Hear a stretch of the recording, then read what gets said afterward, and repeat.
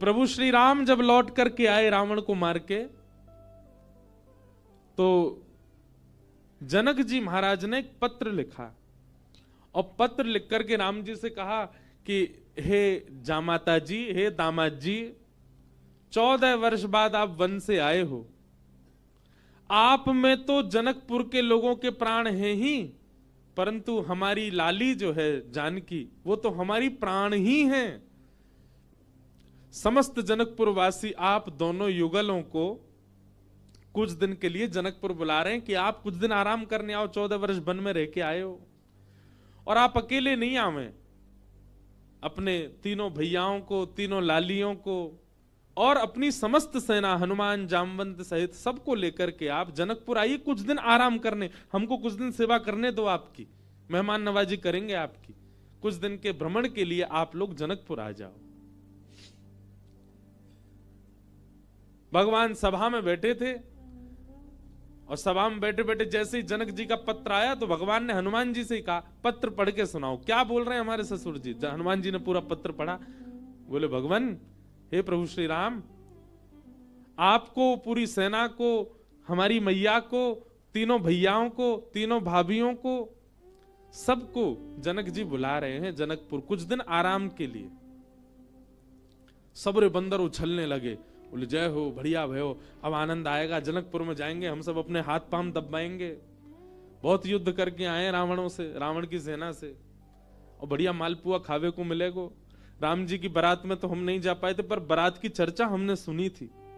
वहां तो भैया बड़े पकवान बने थे, हम सब जाएंगे। ब्राह्मण सारे बानर इतने ज्यादा उत्सुक हो गए, हम सब जाएंगे। बानरों की उत्सुकता देख करके राम जी बोलो, शांत हो जाओ भैया। अब भाई देखो, हमारा निर्णय यह है कि जनकपुर हमारी ससुराल है, और कहीं भी नाक कट जाए चलता है, पर ससुराल में हमारी नाक ऊंची रहनी चाहिए। और इन सब बातों को ध्यान में रखते हमारे मन में आया कि हम जाएंगे, भरत जी जाएंगे, लक्ष्मण शत्रुघ्न जाएंगे, चारों बहुएं जाएंगी, कुछ वरिष्ठ लोग जैसे जामवंत जी, हनुमान जी, अंगद जी आदि आदि कुछ वरिष्ठ लोग जाएंगे। बाकी बानरों से हमारी प्रार्थना, आप तो यहीं सरजू जी के तट पे अयोध्या में ही रहो, आप लोग मत चलो। बानर सब उदास हो गए। बोले, क्यों, हम क्यों नहीं चलें? बोले, आप लोगों का स्वभाव ऐसा ही है, किसी से भी छीन के खा जाते हो, कहीं पर भी मलमूत्र त्याग देते हो, कहीं भी उछल कूद कर देते हो, डाले तोड़ देते हो, वन उजाड़ देते हो। और जनकपुर हमारी ससुराल है।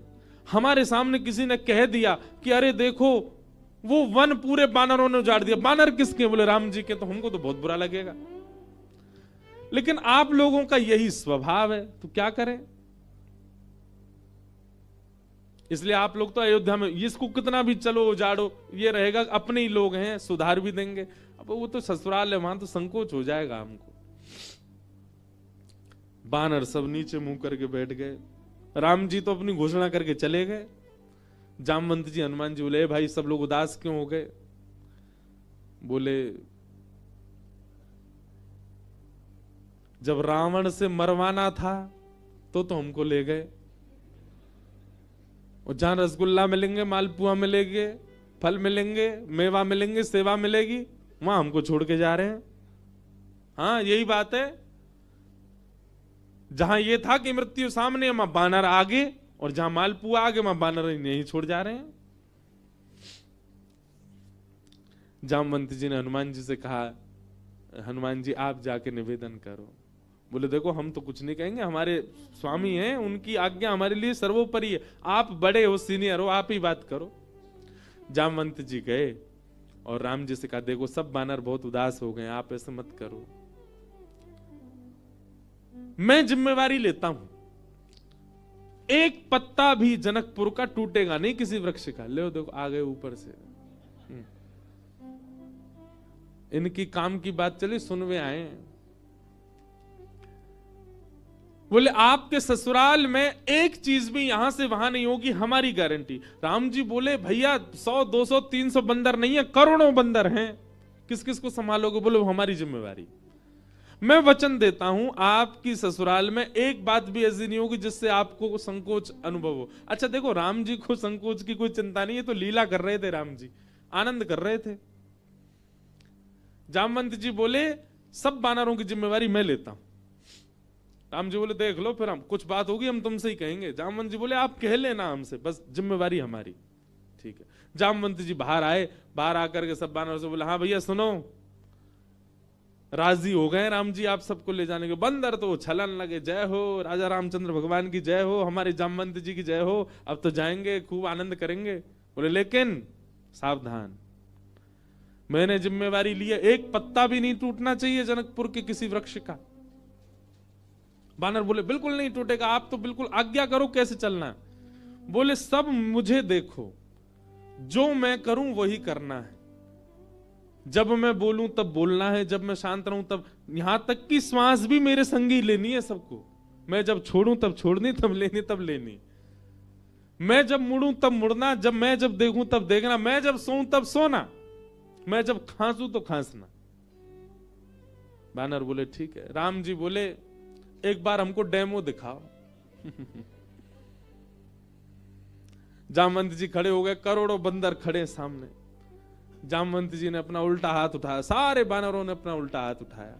जैसे परेड होती है ना 26 जनवरी को, तो हमारे मिलिट्री के जवान बिल्कुल एक संग उनके हाथ पैर चलते हैं, ये हाथ पीछे तो यही हाथ पीछे जाएगा।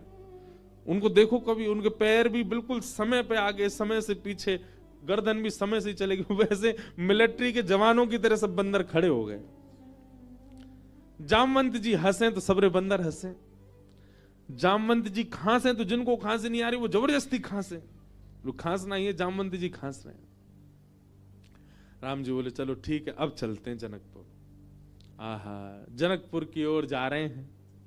14 वर्ष बाद वन से लौटने के बाद, राज्याभिषेक के बाद, राजा रामचंद्र भगवान पूरे नगर में उत्सव मनते जा रहे हैं। जहां जहां से निकलते हैं वहीं पुष्प वर्षा हो रही है,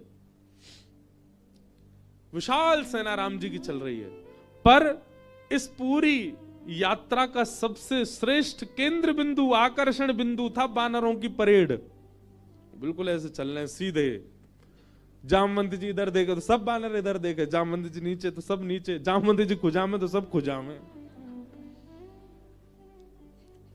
जैसे ही जनकपुर में पहुंचे, राम जी की सब बलैयां लेने लगी अटारीन से। हमारे पहुना आए, हमारे जमाई राजा आए, सबके नेत्र सजल हो गए। पर पूरे जनकपुर में जैसे ही बानरों ने प्रवेश किया, आहा, बानरों की ऐसी प्रशंसा, भैया कैसे सुधरे भाई। अच्छा, जामवंत जी ने सबके काजे वस्त्र भी सिलवाए थे। सब बानर बिल्कुल बढ़िया, ऊपर को आधी बगलबंदी सी पहन के, नीचे धोती सी पहन के, टोपा से पहन के चल रहे थे। कैसे, मैं तो चिंतन करता हूं कैसे लग रहे होंगे सब। हम बंदरों के बीच में ही रहते हैं ना वृंदावन में। महाराज आरती का थाल ले लेकर के जनकपुर की सब नारियां आरती कर रही हैं, पर बानर नहीं उनकी ओर देखें भी। जब जामवंत जी देखेंगे तभी देखेंगे। जनक जी महाराज ने स्वागत किया, और स्वागत करके खूब प्रेम से वार्ता हुई। और फिर बोले भैया पूरे जनकपुर में हल्ला है आपके बानरों का, कैसी सेना। लग रहा है देखते ही बनता है कि यही बानर मार सकते हैं रावण की सेना को। इतने शिष्टाचारी, इतने गंभीर। देखो इतनी बड़ी सभा में करोड़ों बानर बैठे हैं, पर सुई गिर दो तो उसकी आवाज भी आ जाएगी। Pin drop silence. दूर बैठे जामवंत जी सिर हिलावे, सब बानर करें हाँ। अब आप बहुत दूर से चल के आए हैं, सबकी प्रसाद की व्यवस्था है। हाँ भाई, सब बानरों के आगे चौकी लगाओ। पहली बार बानर चौकी पे बैठ के पाएंगे।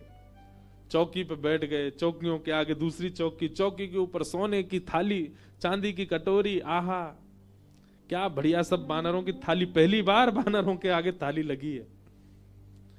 लेकिन बानर थाली में नहीं देख रहे हैं, सब जामवंत जी को देख रहे हैं। पनीर की सब्जी आई, काजू की सब्जी आई, ये सब्जी आई, मिष्ठान आए, पूड़ी आई, 5 प्रकार की पूड़ी आई, रोटी आई, चावल आए। बानरों का स्वभाव क्या है, आप केला भले ही हाथ से दो लेकिन फिर भी छीन के ही लेगा। बानर का स्वभाव होता है, उसका छीनने का ही स्वभाव होता है। पर सारे बानर ऐसे बैठे जामवंत जी को देख रहे, टेढ़ी टेढ़ी नजर करके देख तो रहे थाली में क्या क्या आ रहा है। लार टपकती जा रही है, लेकिन नहीं, जामवंत जी जैसे कहेंगे वैसे ही खाना है।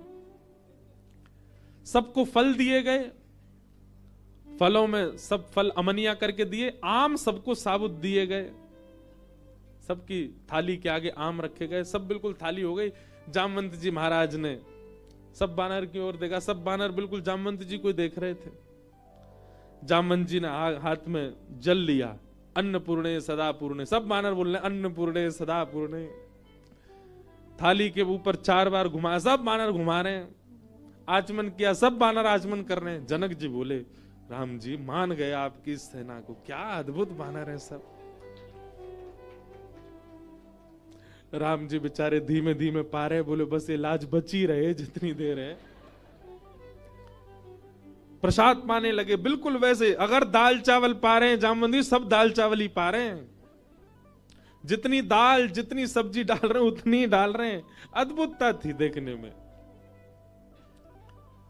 थोड़ी देर पाने के बाद जामवंत जी की दृष्टि पड़ी आम पे, जैसे ही आम उठाया, सब बानरों ने एक संग आम ही उठाए। जामवंत जी घुमा के देखें, सब बानर घुमा के देखें। जामवंत जी ने जोर से आम दबा के देखना चाहा कितनी गुठली है इसमें। अब वो आम ऐसा था कि जैसे नेक दबाया सो गुठली उछल गई उसमें से। अब जैसे ही गुठली उछली तो सब बानर दोनों हाथन से दबाई रहे, वो गुठली उछलनी चाहिए क्योंकि जामवंत जी की गुठली उछली है। अब सब बानर जैसी आम दबा में सबकी गुठली उछली। गुठली के उछलते ही जामवंत जी बोले, इन हाथों से मेघनाथ निकल के नहीं भाग पाया, इन हाथों से रावण निकल के नहीं भाग पाए, छोटी सी गुठली भाग गई। और जामवंत जी जैसे ही उछले गुठली पकड़ने को, बानर बोले हमें भी ऐसे ही पकड़नी है, और एक दूसरे के ऊपर झपट्टा मारे। महाराज या पकड़, कहीं कड़ी उछाल रहे हैं, कहीं दाल उछाल रहे हैं, पूरी उछाल रहे हैं। जनकपुर की पूरी सभा जो कि स्वर्ण मंडित थी, जो कि चांदी से मंडित थी, आज वो खीर मंडित हो गई। सब जगह कड़ी खीर उछाल उछाल करके पूरी सभा का लेपन कर दिया। राम जी नीचे नजर करके बैठे। अब तो बानरों को खुली छूट मिल गई, एक दूसरे की थाली में से ले लेके भागे।